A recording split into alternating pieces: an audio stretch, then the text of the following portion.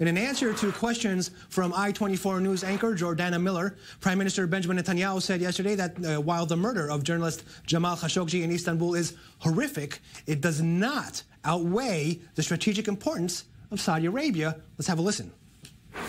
It's balanced by the importance of Saudi Arabia and the role it plays in the Middle East. But we also know that the other side is also realpolitik, and I don't deny it. I openly say it. There's a balance there. There's always a balance. Danny, I'll start with you. I mean, he says there's a balance. A man was brutally murdered, but that's what it's all about in the end, realpolitik. It's abhorring. But again, we are not philosophers. We are not here conscientious objectors or whatever. Listen, Hitler, the Nazi, you know, the Europeans, the United States, they did not break up relations with him only until he really attacked. The same thing is with South Africa.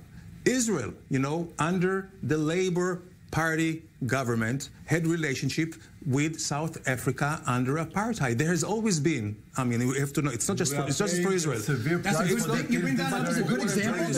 The relations with Israel and South Africa. You bring that up as a good example. I'm saying that there is a realpolitik all the time. It's not the first time. It's not starting with here. Some would argue you shouldn't brag about that, about those relations during the apartheid regime. I'm not bragging. I'm saying it as a fact that realpolitik always prevails, and it's just that with Israel. The United States makes friends with the extreme right-wing people in Europe because he needs the interest of voting together with us against the Palestinian, and he is ready even to accept an anti-Semite for that. And this is a very problematic way of running things. However, Saudi, I wish as a peacenik that Israel will have peace with Saudi. The question is not just human rights, it's also about the Palestinians. Whether Saudi is going to neglect the Palestinian issue. One word. I think that the regime of the Ayatollahs in Iran are 10 times worse than in Saudi Arabia. All European countries are in bed with them.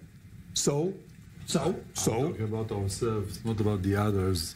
I think that the examples that Danny brought are big mistakes of Israeli history, and I wouldn't be proud of that. And I would say loud and clear, if I would been Prime Minister Netanyahu, and obviously I'm not, I would have condemned Saudi Arabia.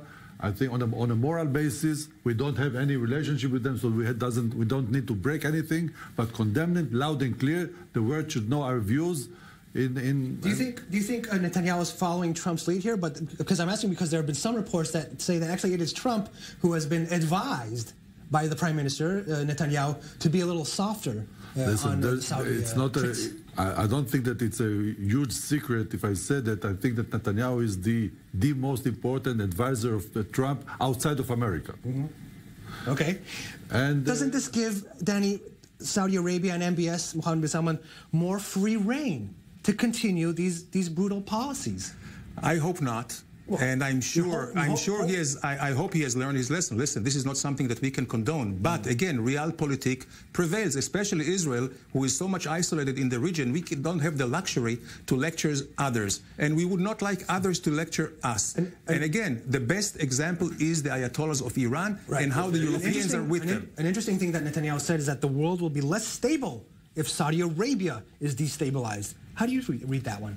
I think that Saudi is an important player in this area, and today Saudi is with us. But we need to remember that Saudi is not like the best friends of Israelis or the West Wall. They are the one to bring Al-Qaeda. They are the one to bring many terrorist organizations into the world. So they are not like, you know, the most peacenik people. They are not with us. Today we have joint interest, and this is the issue here.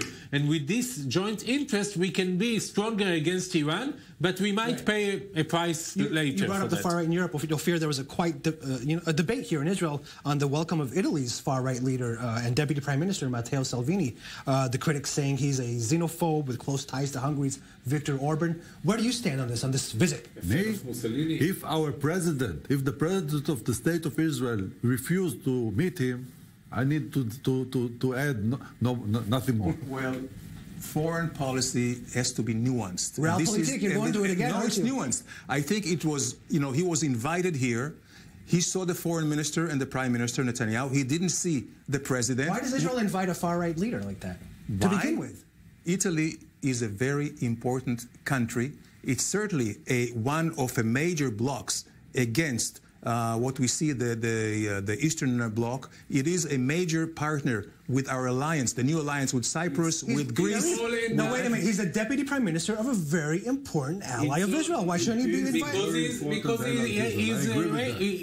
Because he's a fascist, or he's very close to that, and we need to put our red lines. It's all end to up to the Palestinians, because Netanyahu needs Europe, Italy, as part of the line against the Palestinians. That's all I have. 20 seconds. Listen, Netanyahu is in a catch-22 because his policy brings him to a situation that he needs to have allies that not all of them are so welcome by all of us, but he needs to do that. Listen, 87 countries were allied with Israel in the last against Hamas in the UN. Okay, well, that's all the time I have. I'd like to thank my guests, Ofir Pines-Paz, Ayalon